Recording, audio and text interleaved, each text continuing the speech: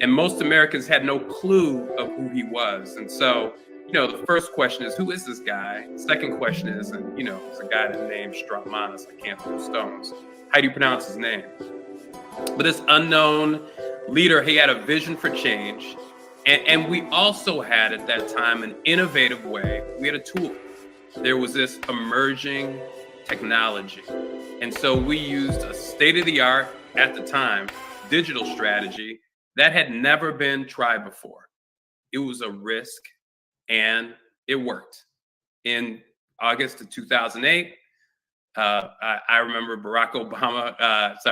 November 2008, Barack Obama became the first Black man to win August 2008 to win the Democratic nomination for president.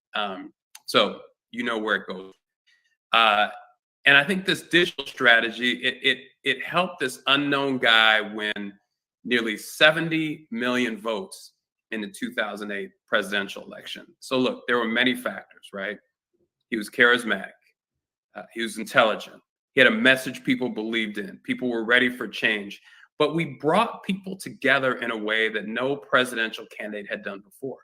Now, this was before all these platforms that we see today even existed, and many of us exploded. This technology empowered us to do many things differently. Fundraising apparatus that showed that grassroots small donors small dollar donors could even be more impactful than the large dollar donors. It allowed us to build a volunteer operation, the scale of which had never been seen before. Now, other candidates had the same access to tools like emails, text messages, online videos, social networking. All this was public information. But President Obama figured out how to use it more effectively. So let's fast forward 4 more years to 2012, when the Obama campaign was able to build on the technology it used 4 years earlier. They unveiled something that people at the time called the holy grail of digital campaigning. There's this new online platform called Dashboard.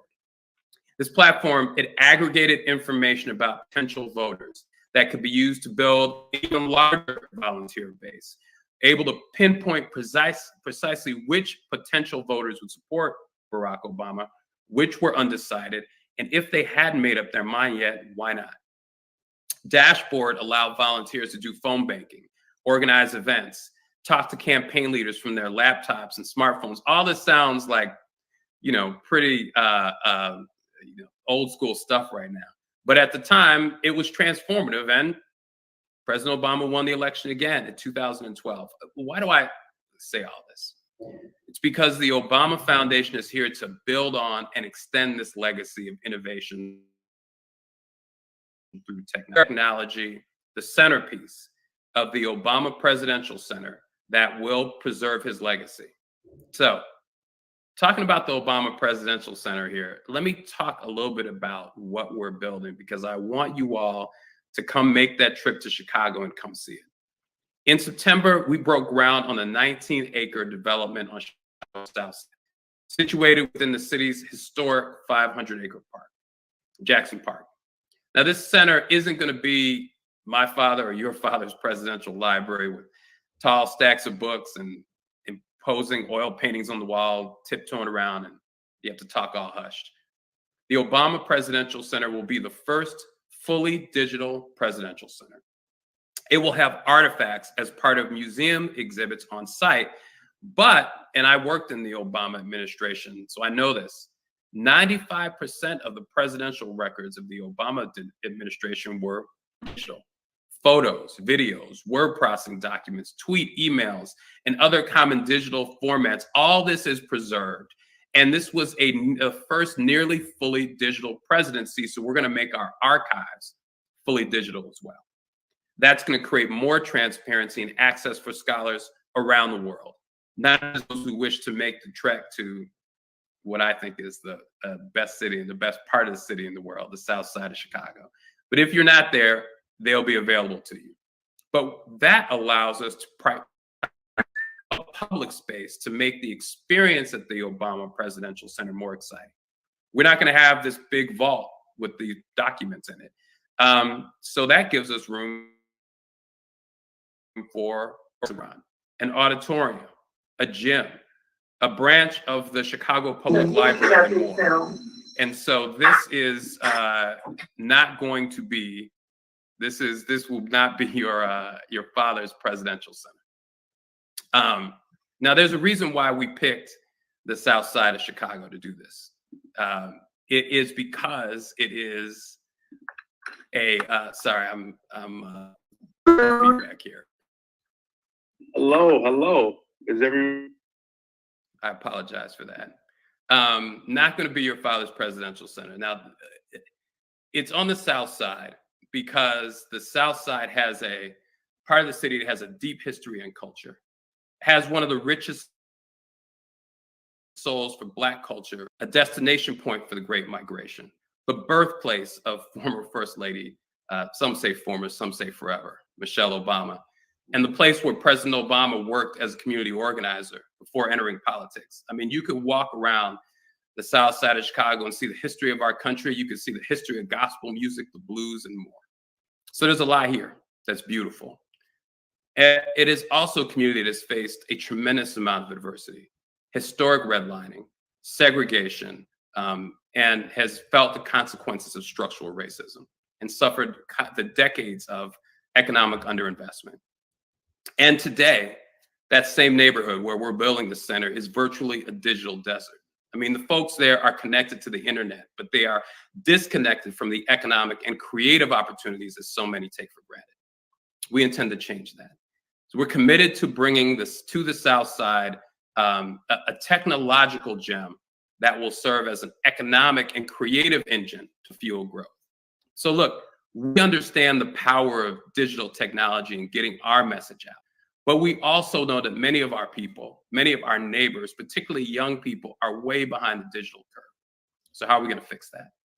Well, we're committed to creating power and inspiration for young people and giving them a sense of hope, actively training them, empowering them with tools, and connecting them with people who can help bring their solution a digital space where everyone is connecting and learning from one another.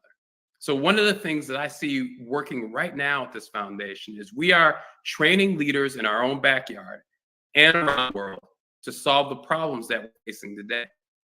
You could say we're right now, as we speak, creating a sort of digital LinkedIn of change makers around the world. So somebody who's working on urban farming on the South Side of Chicago could talk to somebody doing urban farming in Kigali, or they may all come to a conference on urban farming at the Obama Center. Or they may not come physically, but still learn from each other and leverage the network that we're creating digitally. You know, one of my colleagues, a woman of color named Gabi Fraga, she runs product and technology for us at the foundation. She's both our CT and our CIO. And her role and our partnership is critical because we want to have the most innovative, integrated process possible from a digital standpoint in everything we do. At the same time, we are prioritizing our tech inclusion strategy, which is a continuation of an initiative President Obama started in the White House. It's all about bringing people of color into the tech industry. And it was just great to see that panel with people from our administration, our alumni like Roy Austin, and the roles that they're playing now. If we're going to be effective around the world, we have to make sure that everyone is represented. So bringing everyone along. That's part of what the Obama Center represents. It's investing in technology, others to invest. Currently in conversations with technology companies that can contribute to the resources needed to bring the South Side in line digitally with the rest of the city. Now, you don't have to come to Chicago, although we certainly want you to experience the center when it's up and running. That offers us an opportunity to extend President Obama's legacy to you and to change it around the world. We're hoping that entrepreneurs and influencers, that would be you, can benefit from our digital experiences and use our successes and our failures to chart. So look, from 2008, from before 2008, and into 2012, to being the first Black president, to building, to having the first almost fully digital presidency, to building this incredible presidential center. I think we all know it's never easy when you're the first. It's always a challenge when you're trying things that haven't been done before. You have to build your own playbook. And then as you do it, you hope it'll be beneficial to others. You have to figure out and learn on whose shoulders you stand and understand that. And you have to have a vision for the future and ask other people, invite others to join you to create what we don't see today. That's what we're doing at the Obama Center. That's what we're doing through the Obama Foundation. That's what this Future Summit is all about. And at the end of the day, it is not to us about technology. We see that the future is in our people. And we know that engaging them with technology is one of the best ways to help them find and leverage and broadcast their voice. So that's what we want to do. That's what we intend to do. We hope you join us in this effort. And thank you so much. Christine, back to you. Thank you so much. I mean, what a way to just not only inspire us about what's happening at the Obama Foundation, but also show how you're moving ahead. I mean, the first digital center, I mean, this is amazing. So thank you again. I know we definitely will be following up with you again, Michael. I see a lot of engagements on the chat feed, and it's an honor to hear how you're pushing our people forward and pushing the efforts. And of course, you made a call to action here.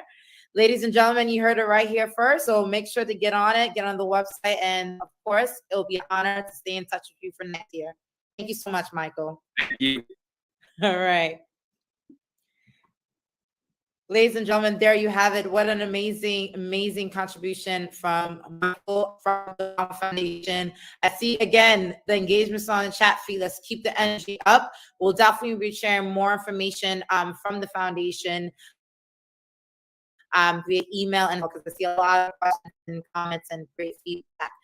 So thank you so much, everyone, for that energy. Let's get the countdown ready. Our next keynote speaker is joining us, and you know she's a veteran speaker from the GSC family. She's always killing it. I know people always ask, I want to hear about the trends. I know Dr. Lisa Coleman is going to shock us with the trends. She is here, the one and only Dr. Lisa Coleman, the inaugural Senior VP for Global Inclusion and Strategic Innovation at NYU, will be joining us in the next 30 seconds. Get your energy up because you know you're going to be wowed. Let's get ready, everyone.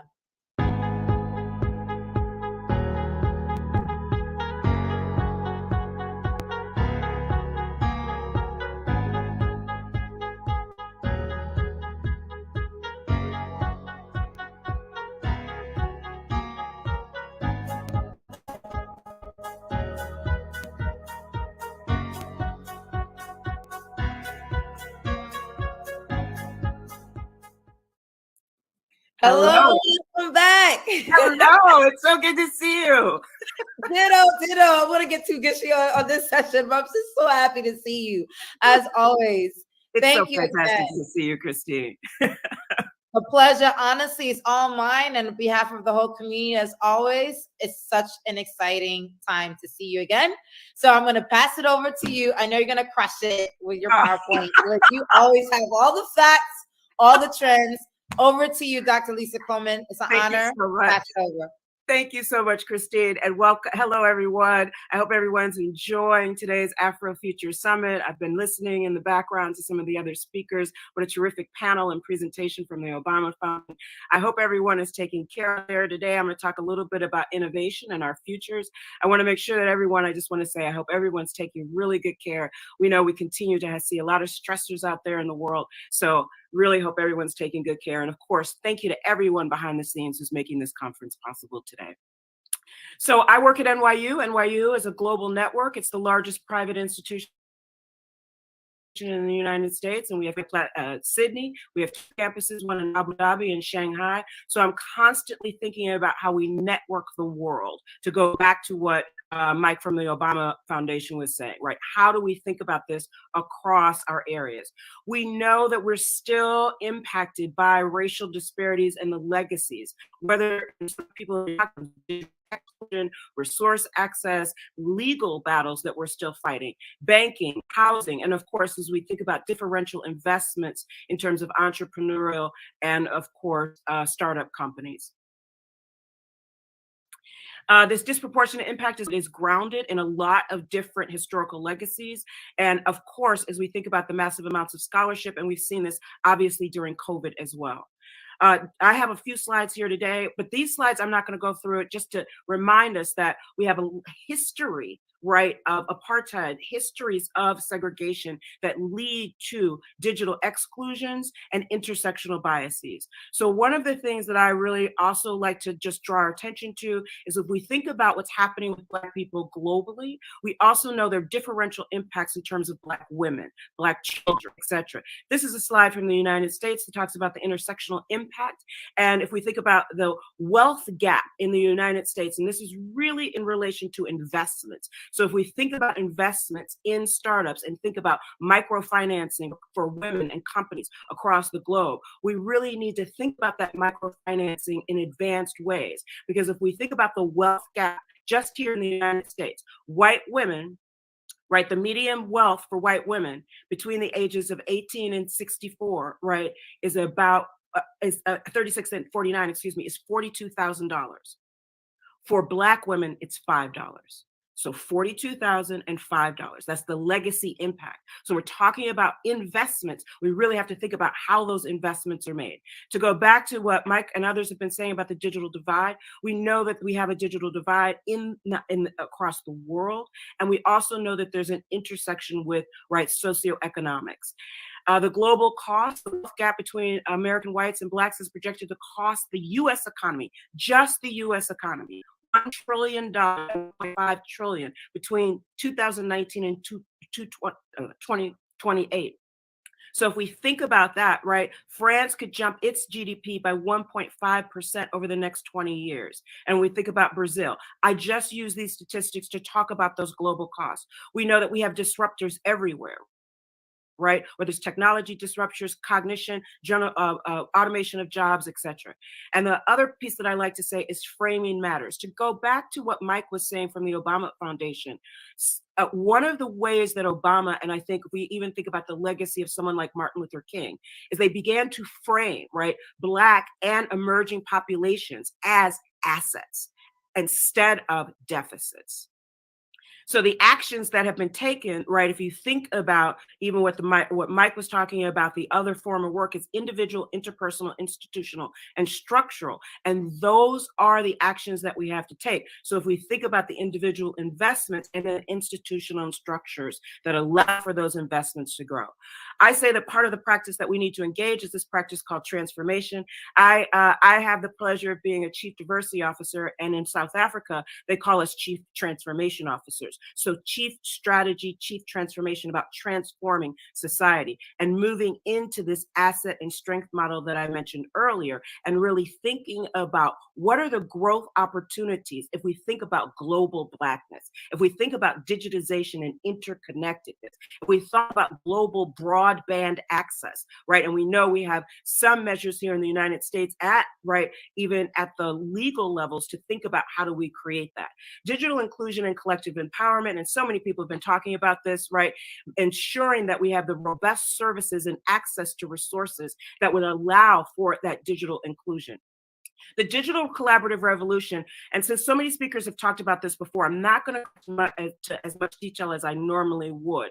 But if we think about data science, hackers programs, this is part of what we call the collaborative revolution. And to go back, right, our work at NYU, for instance, we just did this very large hackathon, and it was a global hackathon, bringing together people from Ghana, people from Abu Dhabi, and people from the United States to hack on and to solve problems that face society today. And one of those was to really think about digitization and access in terms of next steps. Innovation, as we know, requires a diverse mix of people. And as we think about that, that brand value, then one of the things that I try to talk about a lot is then how do we think about the brand value of the global digital growth?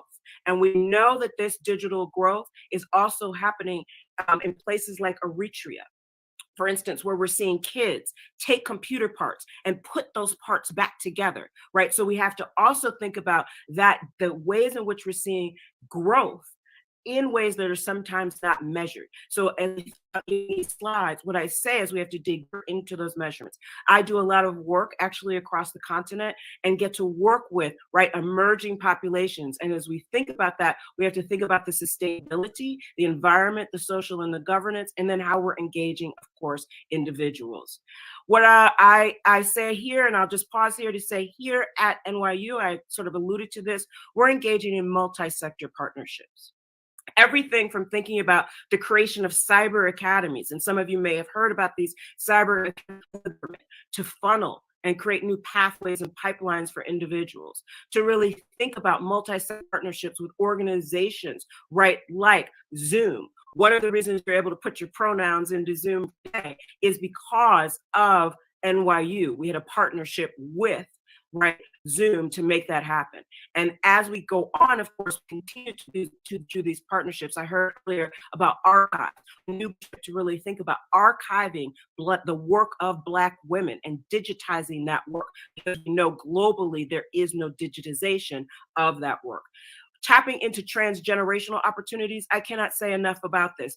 Later, I have a slide that will talk about the Senegal Project, which is a project where grandmothers are teaching young people, right, about health and wellness around their bodies. And young people are teaching older people about how to use technology in an organization called Teen Years. So when we think about generations, what I say is, what are the opportunities? And to go back to what others have said, there are lots of opportunities, but far too often we stereotype the generations. And if we're going to think about Black possibility, we know that those generations, our time is now, as Stacey Abrams has said.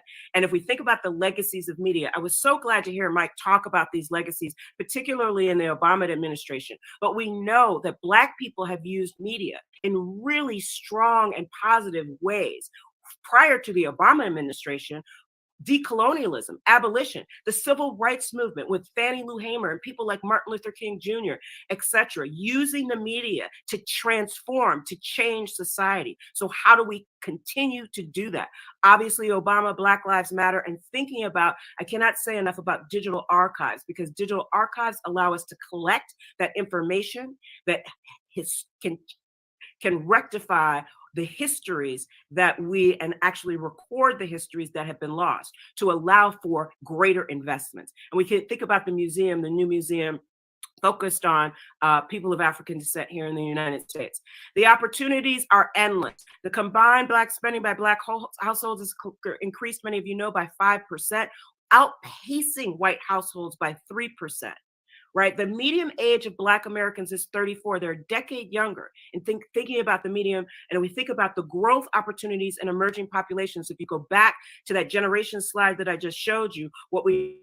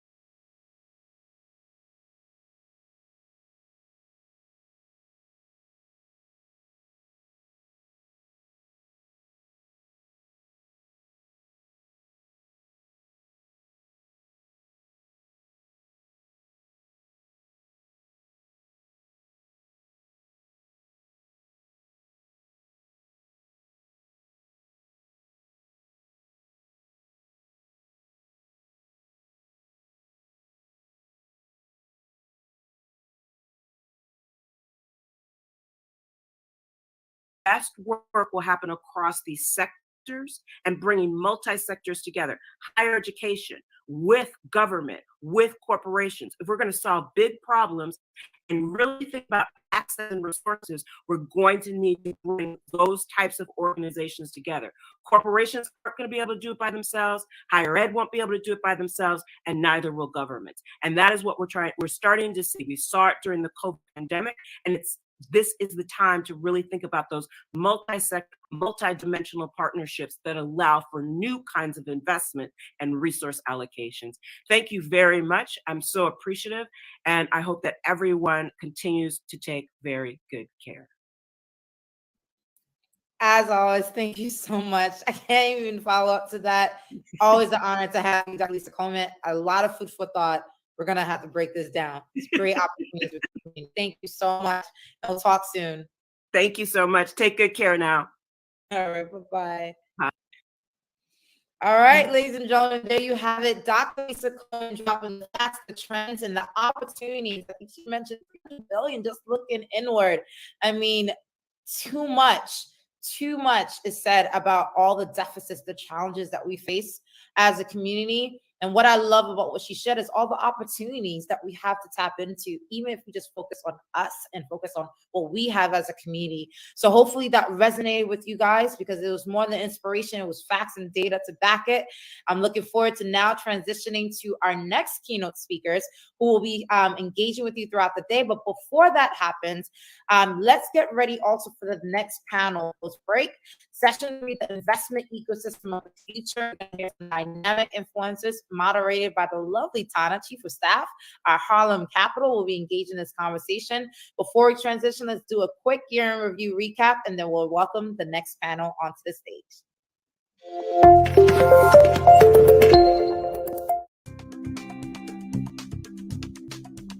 I start by saying that there are multiple different conversations that come when it comes to future work trends. One thing that I always find really interesting is how many people kind of all agree that this is the time for Africa to shine and there is a lot happening out there, but no one has really taken the step to do anything. So it's very this question where you're applying for the job, they say you don't have any experience, but you need the experience to have experience. Measures of caution back to normal in order to keep our society functioning. Hello all. Thank you for attending this great experiment, and thanks for having me.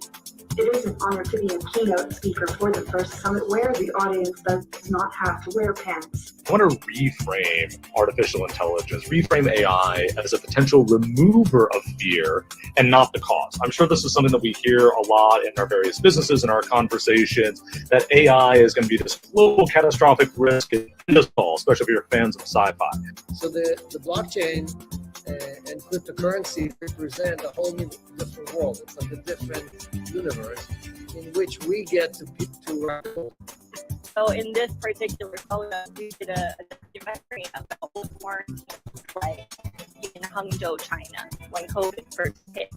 And we were able to play that experience with our colleagues here, watch it and discuss it together inside of VR.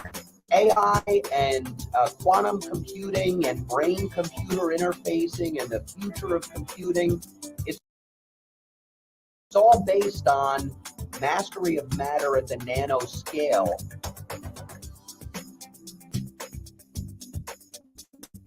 For the first time for this country, I see young people come together do something. Nobody talk about the kind church where they go, the kind God where they pray to, the tribe where you come from, the language where they speak, the clique you did, the economic class where you did. I just did for everything just they happen like clockwork. So you have a lot of young people who are getting into positions where they can influence more things happening for us in the tech ecosystem, and I think that is great. Yeah. Somebody passe $1,000 par mois. Qui va combien de jeunes qui carrent pour lui? Ou bien on peut parler. Pour l'autre bagarre. Écoutez ma monnaie. Pour ouvrir une compagnie SA, faut ouvrir un compte en banque dans BLC avec 100 000 gouttes sous lui.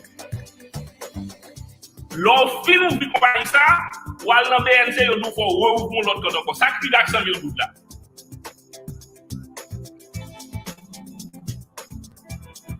You know that women make up half of the world's working age population, but right now are generating about 37% of GDP. To me, it's really easy. And if you think about the technologies today that can even examine patients remotely, where you have devices like this, the Med one, for example, which can do a number of physical examinations remotely. I say to a lot of entrepreneurs that you have to treat every situation as an investor meeting, as though it is something that's significant that can support you with your business. First and largest digital accelerator. We have been accelerators for the past years, so we're so excited again to bring you this program virtually so you can still engage this content.